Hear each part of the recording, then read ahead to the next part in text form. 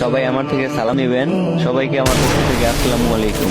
সবাই আমার জন্য দোয়া করবেন। আমি মারা গেলে আমার মরার খবর শুনলে সবাই আমাকে ক্ষমা করে দিবেন। অন্তত আমার জন্য একবার সূরা ফাতিহা পড়ে 3 বার ইখলাস পড়ে মন থেকে দোয়া করবেন আর মন থেকে আমাকে ক্ষমা করে দিবেন।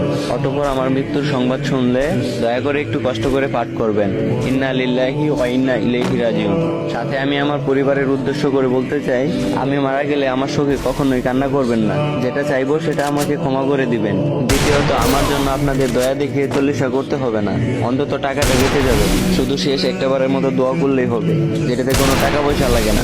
আপনারা সুখে শান্তিতে জীবনযাপন করেন, ভালো থাকেন আমাদের ছাড়া। আর আপনারা যারা আমার ভিডিওটা দেখতেছেন, আপনাদের বলতেছি, আপনারা যদি আমার মৃত্যুর খবর নাও পান, তাহলে আমি এখনই আপনাদের কাছে ক্ষমা চেয়ে নিচ্ছি।